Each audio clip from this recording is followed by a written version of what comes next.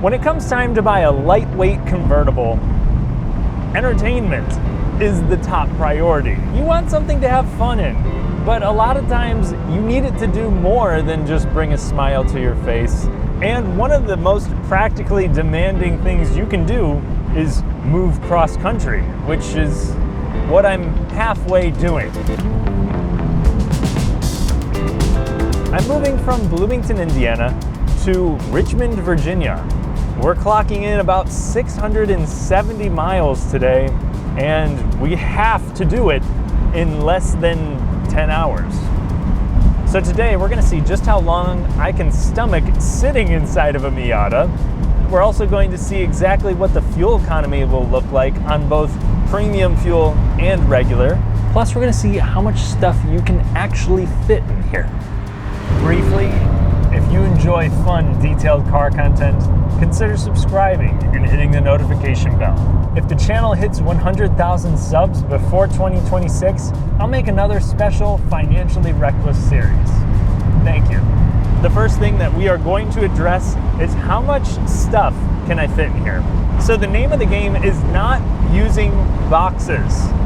In the Miata, you need to use bags. This is really going to allow you to use that 4 cubic feet of space in the trunk to its max. And honestly, I fit more than I was originally anticipating. We got a couple bags of miscellaneous things. We got my laptop bag with a lot of my desk equipment in there as well, along with an old camera bag, my tripod, my gimbal. That's all in the trunk. And then up front, you will also find that there's not a whole lot of space because the footwell is rather small. You have some storage cubbies behind you, and those are good for like maybe keeping, I can fit my camera in there if I really wanted to. And you also, of course, only have 2 cup holders. So if you're bringing another person, you might want to make sure that you're okay swapping a little bit of saliva with your water bottle. Just share one big water bottle. This is a 32 ounce, works fine. And then you have another cup holder for coffee or whatnot. I've also relegated the center cavity here to hair ties because obviously that is super important. If you have long hair and you're driving Miata, you want to have the top down. You got to have a bunch of ways to secure your hair, or else it's going to be knotted and just an absolute mess by the time you get done with even a 10-minute drive. Or if you're just going on a vacation, you can fit 2 carry-ons on this with still some storage on either side left available. I don't want to overstate the car's usefulness today. Its duty at the moment is more so akin to being a child and holding the flashlight for your dad as he fixes the sink or something. He could have just set the flashlight down on a stand, but he wanted your help, and you're doing a pretty good job.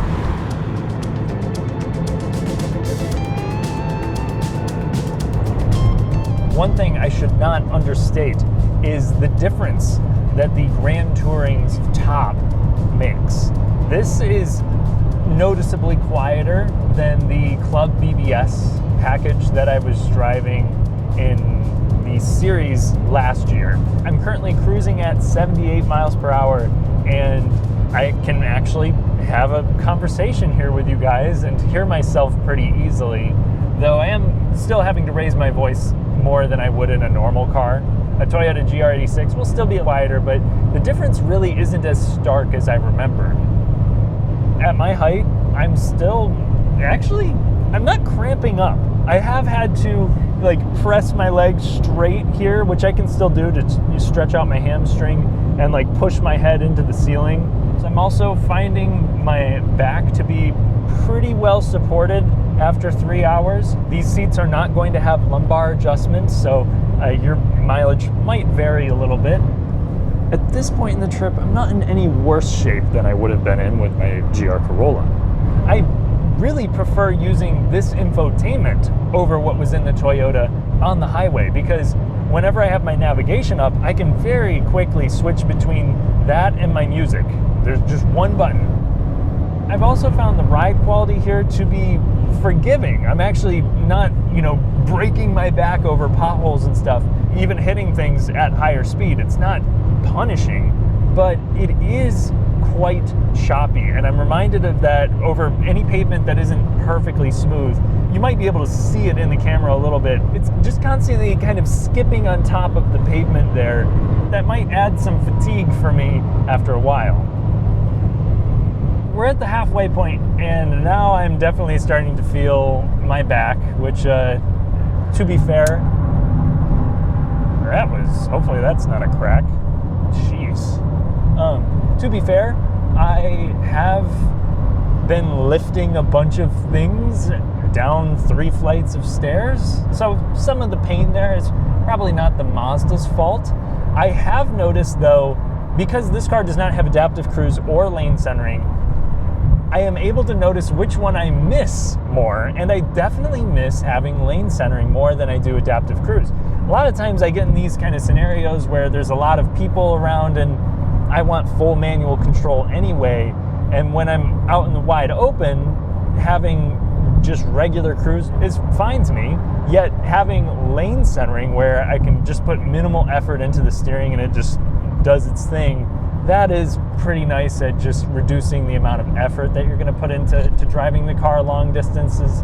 That's obviously not the point of a Miata, so I don't see it as a big problem, and the steering is very precise, yet not darty. On the highway, I'm finding this to be very stable, and even getting a bunch of rain and wind, I don't really feel like I'm in a dangerous car. However, if you have like a large truck passing you or something, you'll feel that. I will say I've definitely caved in and put in my earbuds when it started raining really hard, because it does get noisy then. We're also going to fill up now for the first time. We're looking at a cruising range of about 350 miles, and on premium fuel, I got 36.5 mpgs. Not too bad. Let's see what regular will do. Yes, this car is not recommend regular, but it should be okay for it. So we're gonna test that, and we're gonna see if I notice any reduction in performance or fuel economy. My initial impressions on 87 Octane are positive. There's no signs of pre-ignition, no check engine lights, all is good. Plus, my route is now sending me off of the highway to avoid tolls, exposing the Miata to some winding country roads. However, the positive vibes came to an abrupt stop after a dump truck doing half of the speed limit tried to swerve into me while passing. In response, I hit the brakes and moved over, which dropped a tire off of the road, picking up a big old bolt in the process. At first, I thought I just had a rock stuck in the tire, but once I picked up speed back on the highway, I learned I was wrong. Very wrong. My hopes and dreams of getting to Richmond on time are now shattered. So now we get to review the roadside assistance for Mazda. There's the tow truck. Yeah, we're gonna get this thing on the flatbed. It's only been 20 minutes maybe. And we're gonna get a tire put on this thing, and I'll tell you exactly how much that costs. No, this does not have a spare tire. Would I really wanna change it when I'm 270 miles away from my destination? Probably not. After 3 hours of being at the mercy of a local tire shop here in, I think, Prosperity, West Virginia, I'm not feeling too prosperous, but I suppose it could have been worse. I got a big bolt stuck in my tire. Maybe it could have been patched, I don't know. The tire shop didn't really give me that option, so we just went ahead and put a new tire on it, and that was only 60 bucks after tax. These tires, really cheap size. I think that's one big advantage over something like, if I had the Civic Type R, that would have been a $300 tire. Though the problem is that it's a performance all season and not a summer tire like the rest on the Miata. I also want to get new rims, so maybe that's gonna be an excuse to make that purchase whenever I feel financially comfortable again. This is a very expensive move. Anyway, Mazda roadside assistance has not directly helped me yet. Basically, they told me it would take maybe 90 minutes for the tow truck to actually get out to me, which is why I ended up just going with a local person who was still going through AAA. The Mazda operator did tell me that they should be able to reimburse me. So the $118 tow should not be my responsibility. So hopefully that only costed me $60, and then, yeah, you're just gonna be at the mercy of a tire repair shop. A lot of people in the comments might be thinking about that spare tire that I mentioned.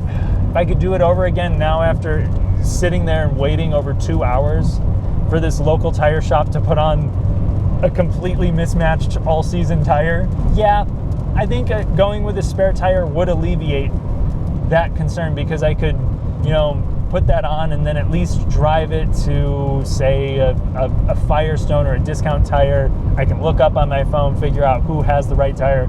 But would I, you know, would that still inconvenience me greatly on my time? Yes. In fact, it might even take me more time. I wouldn't even be able to, I don't know where I would put the extra tire actually in my road trip kind of situation. So I probably would have had to use roadside assistance anyway. You're going to have, you know, pros and cons. I've never used a fix-a-flat kit. I don't like the idea of filling my tire with goop.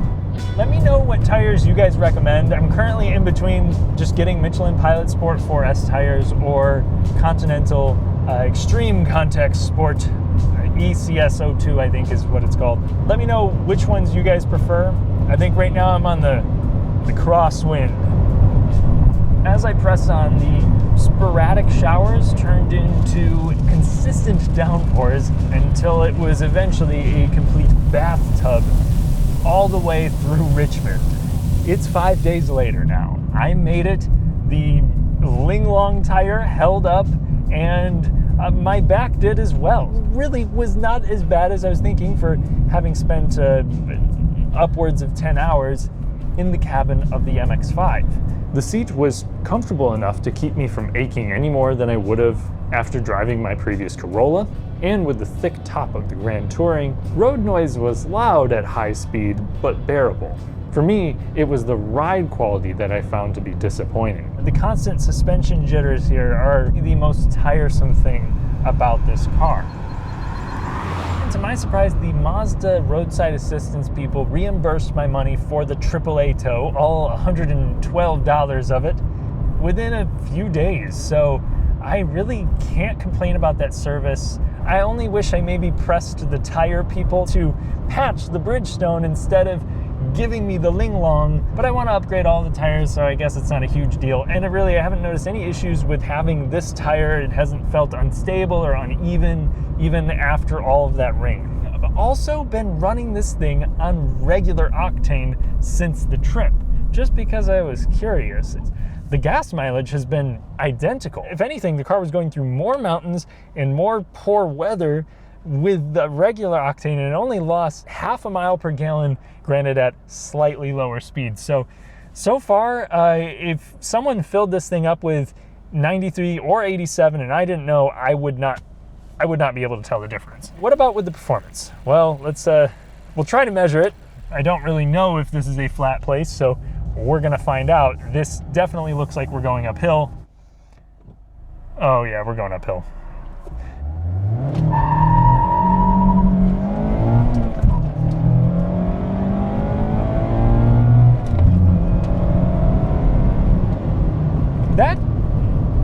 That felt pretty good.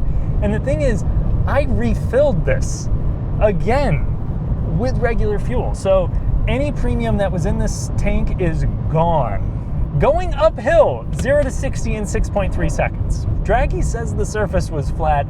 I was definitely rolling backward when I let off the brake. So I disagree.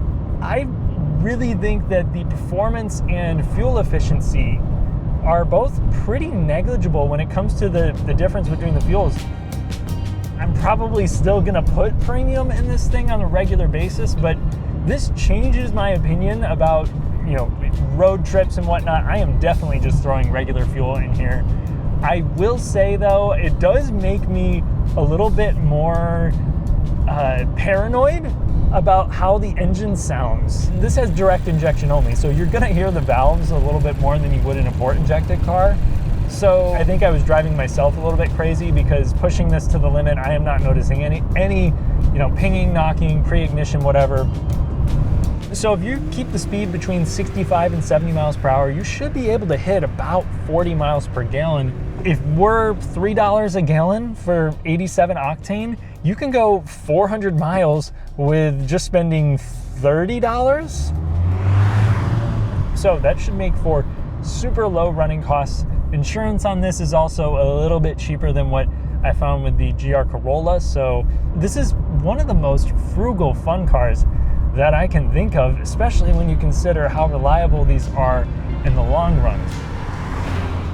What I'm really curious to see is how this next year plays out living in a near downtown city area. You guys are going to know exactly what it'll be like to drive an MX-5 year-round in a place that's probably not ideal for that.